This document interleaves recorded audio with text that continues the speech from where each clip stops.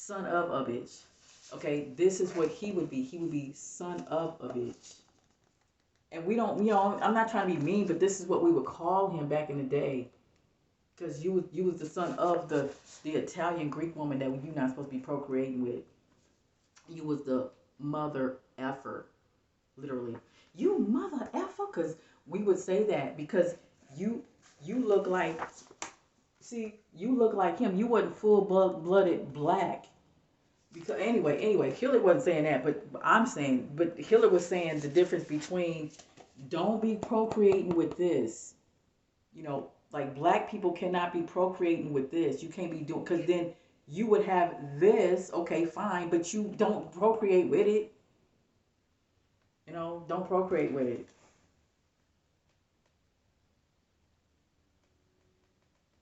Okay. Now, now in the book here, you can get it, or you can just look at it. It's on Wikipedia. It'll tell you who he was targeting. It says it right here in Wikipedia. And, or anything that you can see about what he was talking about. He was talking about getting rid of the Ashkenazi Jews, getting them out of the way, right? And putting black people back where they were at in Israel. Because he wanted Italy and he wanted Greece for himself. Well, not for itself. What I'm saying is that he wanted black people back to where they were at, just like Einstein. Einstein and him wanted black people right where they were at, so that things can be normal like it used to be. It wasn't so, because like I said, when a Jew take over a company, you would have so many rules on top of rules. You'll be executed just by walking in that bitch. We get shot on the street right now. These Jews. These are these Slavs people. Where you can't smoke marijuana now. You go to jail for marijuana. Like that's how I'm just saying the same thing that he went through. So he's trying to put black people. Now that sounds crazy what I just said. Like, well, how is Hitler moving black people in here when he was killing black people? Okay, show me the pictures. Show me pictures of piles of black people that he murdered. I just want to see. Just let me see that. And it has to be where you can't go by what it says if Wikipedia and other things, other uh, news feeds lie about it because they're all parasites that are liars. So you can't go by what it says. You have to go by what you can pick out. What can you pick out? What can you pick out of an article that's a lie? Just like the Bible, you got to pick out shit that's the truth and what's the lie. There is no Eve. If there was an Eve, she was a whole lizard. She was a whole lizard. And she was giving birth to lizard men. Because why did the lizard go to her? Where was Adam at? Where was Adam when Eve was talking to this lizard? And why was it a lizard? Why even put a lizard in there? Why you put it with the woman? Why since the man is this and he, how come the man wasn't talking to the lizard? Why you put the woman with the lizard since it's so important? And you keep blaming her about everything. Since everything is he, why didn't you blame the man and put the man with the lizard? Because there was no Adam. There was no Adam. I don't know where the fuck he came from. It was just Eve and that lizard, and then it was a whole bunch of other women that was having babies by themselves having little baby boys by themselves, and that was that. She was having some lizards. This other woman, black woman over here, was having whole baby girls and baby boys. And they were coming out as godchildren. That's why you can see the difference between people that talk like a god and someone that talk like a coon. When somebody talk like a coon and act like a coon and is a coon, that's an Eve person. He's a lizard. He talks with a forked tongue. What's a forked tongue man? There's a lot of them.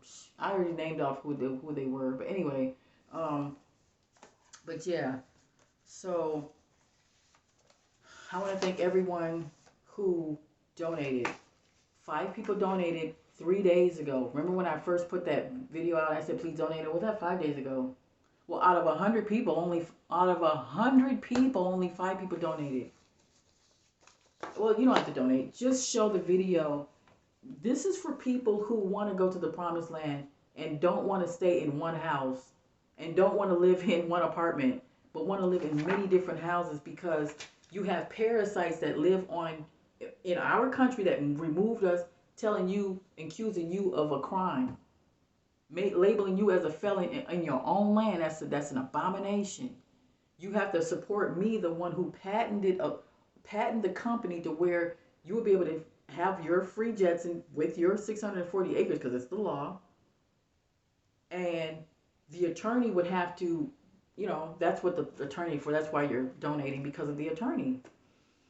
Or just show the video that I told you to show, or just pick any video and then show Brian Stevens, the one that we wrote to, the attorney that we wrote to, that he wrote me back. Show Brian Stevens the video that proves he has to take my case. Because if you don't take my case, then, well, what are you? You're a black man, you're indigenous, and the law is each black person, each gingerbread colored Negro have to have their 640 acres. So that means, and where is that 640 acres at? Well, it's right where you're at. Yes, because it says it in everyone's Daru. This is everybody's Daru. Your great grandparents is my great grandparents. So let's say you guys are looking at Dane Calloway's video, or Crump TV video, or anybody that's talking about their indigenous or whatever.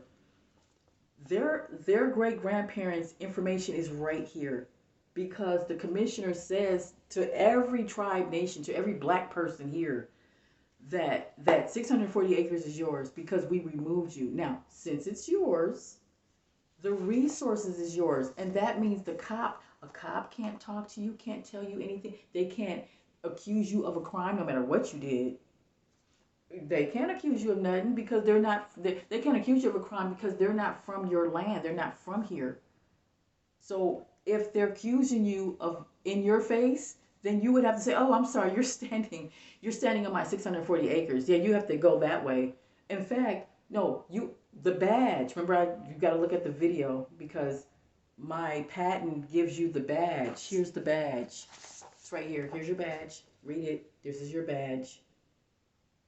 You are a cultivator. Okay? You are a Sherlock Holmes cultivator. You are a healer of the land. You're a cultivator of the land, of your 640 acres. And you travel from state to state, and you live. And you make videos like this in your in your RV Jetsons, because your Jetsons can fly. Yeah, see, you don't have to travel on the road with your Jetsons, because I told you, you get your Jetsons, you get your RV right away, but it turns into a Jetson in 3 years. So you'll get your RV right away, right? Through the patent, through the application. Here's the application. You fill out the application, okay? You fill out the application, and when you fill out the application, you will receive your free Jetson immediately, right? Now, that will turn into you get your RV immediately, and it turns into your Jetson, where it'll fly, and it'll be a waterproof in 3 years, because that's the patent. That's what the patent does. Because you have to turn your RV into a Jetsons through the manufacturing patent company. But you have to support it by us giving the attorney the paperwork, which I already did. I gave the attorney the paperwork. He already has it. So you have to support me, and you have to tell the lawyer, which is Brian Stevens, who wrote me the letter. Here it is. It's called Equal Justice Initiative. See? There, Brian Stevens. Now, what does he do? He can make the public class action lawsuit very public. And all we do is we just set the rules of the promised land. And the rules are, each black person will receive their free Jetson in your area. So you would have to report to the promised land Shia facility so you can pick up your free Jetsons, just like that. Then you move into the Shia facility if you want to. It's up to you. I don't know. Okay, now, also, the biggest important part is that the children from foster care will be immediately transferred over into the Shia facility. So we will be looking for mothers who have children, who don't have children, who would like to live in the Shia and take care of the children as if they're your children, because they would be your children. You would have to take care of your children, right? That's coming from foster care. Yes, in your area. So that's what I'm saying. So that way we'll be traveling from different Shia facilities, and it's beautiful and it's wonderful, and I created it, and it's and anyway, so the attorney would have to announce the rules of that, and the rules are on the outside of it. Of course, it's a theme park, and everybody can come, but family members who are running the Shia facility, children, family members can come. Okay, right? But the public, well, the public can come, but it all depends. You just can't be willy nilly now. You just can't be a white boy or a Mexican and just come in willy nilly now. You got to come with your family, like children and your wife, and then you have to go bye bye. You can't stay. No. Because yeah, just you just have to have fun at the promised land, and then go home so we can anyway, live our lives and just have our little. But it's for the public. It's for children, so we can keep an eye on everything. So and it'll be like 7 to 13 promised land theme parks in each state. So, we'll be traveling from each state, and this is what the book is for. But it exposes everything of who's who. You got to know who's who so that we'll know who can come in and who can't. You just can't have everybody coming in here in your promised land, or then everybody will come in. But that's why we have a public, a promised land, and then we have a private promised land. Now, the private promised land is where I would be living at, and people like me would be living at because the gates will be shut where we're at, and we won't, we can see what's going on, but no one will be able to see us or where we're at or anything like that. So, okay, now, why do we need the promised land? Because what's happening to the people who took the boom boom are going to turn, and when they turn, they're going to turn right where you're at, and you might want to get somewhere safe. I'm just saying. It's very important for you to get somewhere safe during any time of the season, especially the season of boom booms. Now, go to my Patreon so you can see why you have to help me with this promised land, because if you don't, then all I can say is, what you gonna do when the world's on fire?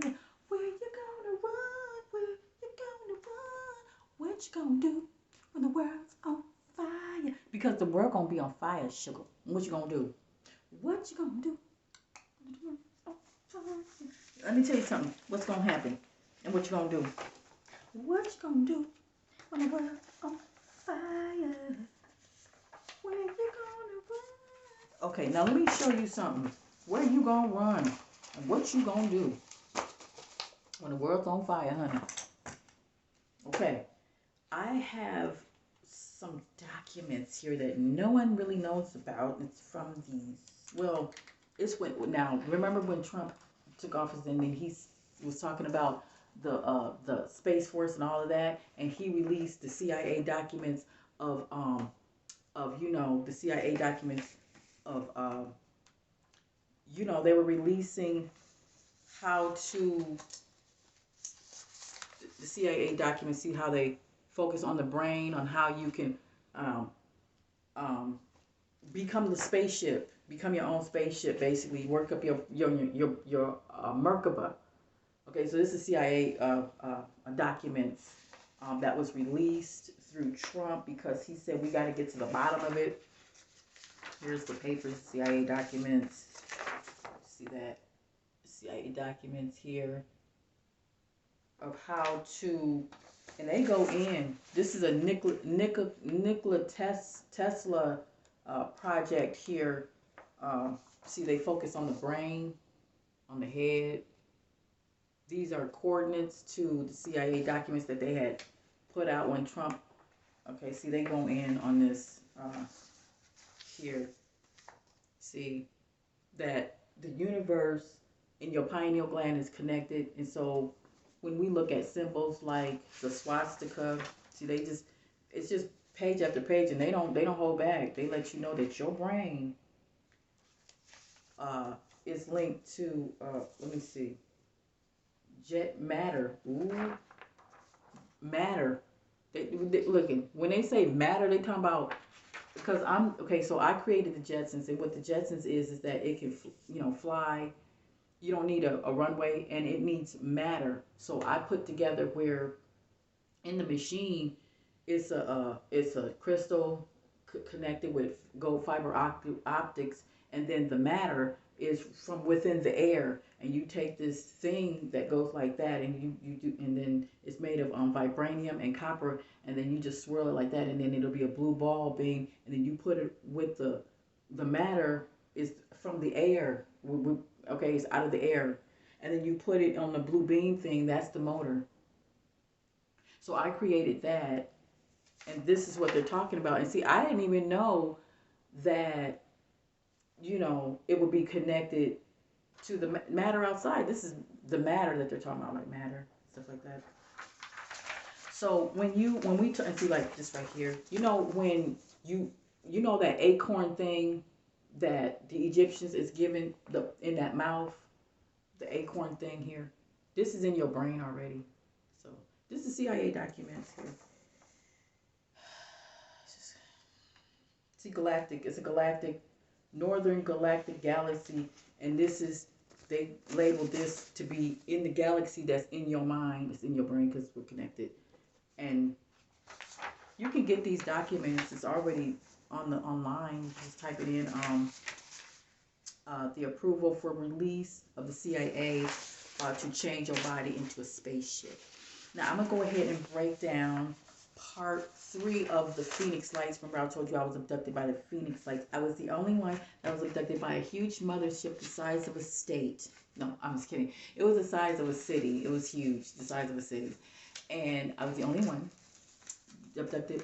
Just type it in. Phoenix Lights abduction. Oh, no, Phoenix Lights, March 13th, 1997. And when I got those coordinates to create my spaceship, or whatever I'm going to call it, Jetson. I call it a Jetson because that's what we were doing before. We were riding around in our Jetsons, honey. Okay, well, that gave me the idea that experience that I had when I was abducted on the corner of 7th Avenue in Roma, right around the corner from my mother's house. She was looking at some dragon or something while I was being abducted on the corner of 7th Avenue in Roma. She saw this huge dragon. She said, I don't know. I was trying to get to wherever you was at, but over there it was some dragon that was going in, not to the moon, but it was like going to the light of the moon. Like she didn't see the moon, but she just seen how the dragon was just going that and towards that direction.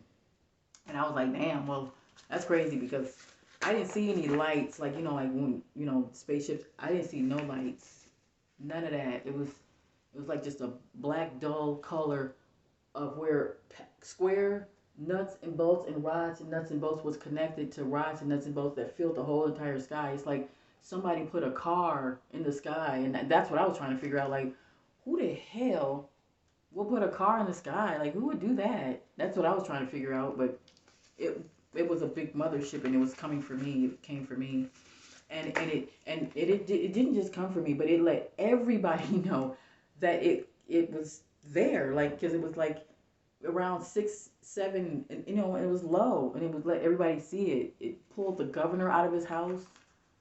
Was it the senator? No, the governor. Governor Feinstein or something like that. I can't remember his name. Arizona governor. Anyway, it pulled him out of his house where he was even on television saying, yeah, it was huge, and he saw lights and shit. I didn't see no lights. It just picked me up right on the corner. And when I got out of there, got off the ship, the main thing I was thinking about is that, when, like, if there's like a bully that been bullying you for so many years, and then they're finally gonna get it. Finally, God, they're gonna get it. Well, that's how I felt when I came out of there. I was like, ooh, somebody finna get fucked up. I was just happy it wasn't me. I was like, oh, thank God. I got off that mothership and I was like, ooh. I said, well, I don't know, y'all. And because because I remember when I came in there, I was shutting the shades, and I was like, ooh, and I was so happy. I know why I was happy now. I was happy because it wasn't me. It had nothing to do with me. I wasn't gonna get fucked up. And my friend, I remember my friend had this dream, and she told me that it kind of seemed like it kind of went with the feeling I had when I came off the ship, because when I came off the mothership, and I was like, well, we're just gonna shut the shades. Don't go to the windows. That's what I said. I said, don't go to the windows. So I remember that because my children told me after. I said, what happened? What happened to me? And she said, well, I don't know, Mom. You just came in the house and you were just kind of happy, and you just said, don't go to the windows because probably didn't want them to see that it leaving or whatever. Maybe I don't know why I want to shut the shades. I couldn't say nothing anyway. But when I got off that ship, I felt like somebody is finna get messed up. Like, oh my God, like damn. Oh shit. Like, and it was so bad. It was like I was just really, really happy that it had nothing to do with me. You don't understand how you gotta understand that, like, let's say, something so powerful, right? Something tremendously powerful, and you just want to make sure that you're in good with it. Okay, well, guess what? We good. Oh, let me tell you who's good.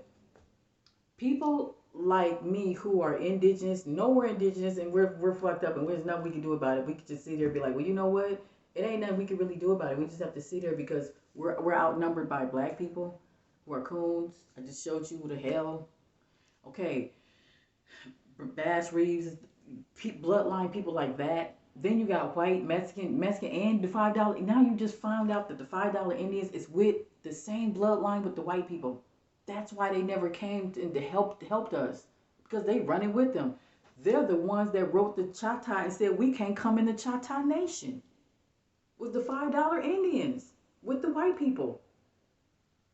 Trump went to the $5 Indians and went there in 1995. Type it in. See, you got to go to my Facebook because I upload all this information. Anyway, he went there and he said, I bet you if the real Indians came here, you wouldn't leave. You wouldn't get off their land. He was talking about black people. Because he said, he didn't say $5 Indians, but you don't look like Indians to Indians. See, he said, you don't go look at Dan Calloway. He broke that down. Trump went there to the Department of the Interior and said, I bet you if the real Indians came here, you wouldn't get off, you wouldn't leave because you're not the real Indians.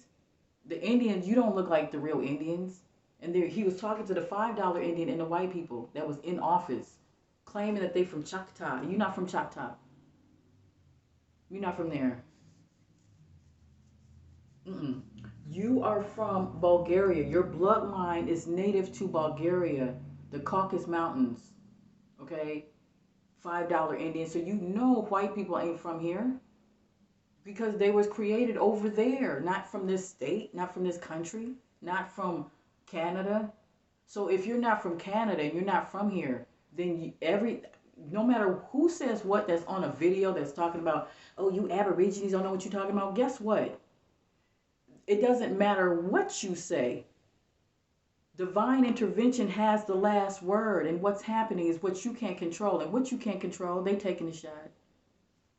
More than half of them, and you can't control that. So if you trying to say, oh, forget y'all Aborigine, ain't nobody claiming Aborigine. Well, I listen. This is what I'm just a realist. I'm just a realist, letting you know that you can't stop divine intervention from removing the people that need to be removed. So whatever you disagree with, you still can't stop the flow. You can't stop them from being removed. They still being removed. So whether you're a coon or not, or you disagree with whoever you disagree with on land that's not yours, you still got to go. Even black people who don't understand that if you, like, let's say you disagree with somebody like Dane Calloway or whoever or me, if you disagree with me, it doesn't matter. You can't stop divine intervention's last stands, can you? Whatever you disagree with, whatever, it don't matter, don't do it, because it's still working in place. You still can't control the inevitable. You can't control the inevitable, can you? What's happening? Well, they being removed right now, and we have to sit here and just wait for divine intervention to take its place so we can make our move. That's why I'm doing it. So while waiting for our move to make this move. We have to get a hold of this Brian Stevens. And why I like Brian Stevens, because he told that story, Just Mercy. Look at this. Look at the lecture of Just Mercy, Brian Stevens, and look at it. Look at the lecture. It's like 1 hour and 30 minutes, something like that. Look at that boy who shot the sheriff. Look at that story about the boy who shot the sheriff, and see if it won't touch something. It won't hurt you. It's gonna hurt you. You like, oh, we need to do something about this. They stole our land because Brian Stevens couldn't get this boy out of prison. The white man, the judge, the Rotten House, whatever you call it. I call it Rotten House. I don't know what you call it. That boy that with the AK-57 that went to, and the judge. That type of judge sentenced that black boy to die. Before he died, they raped him to death or raped him, right? Then they executed the boy. The white judge, the white attorney executed the black boy. Brian Stevens couldn't get the boy out. Both black, both indigenous couldn't get their own. He couldn't get himself up out of prison. He couldn't get the black boy out of prison. And the black boy was 13 years old. Because he shot a sheriff, a monster in his house. He shot a Bass Reeves in his house. Bass Reeves made his own son go to prison and do a goddamn 11 years. And guess what? When he came out, that boy was watch Once Flew Over the Cuckoo's Nest with Jack Nicholson. He came out his mind was gone. He was gone. You know, he killed his wife. We don't know what for. Why would you take your son to prison because he killed his wife? Maybe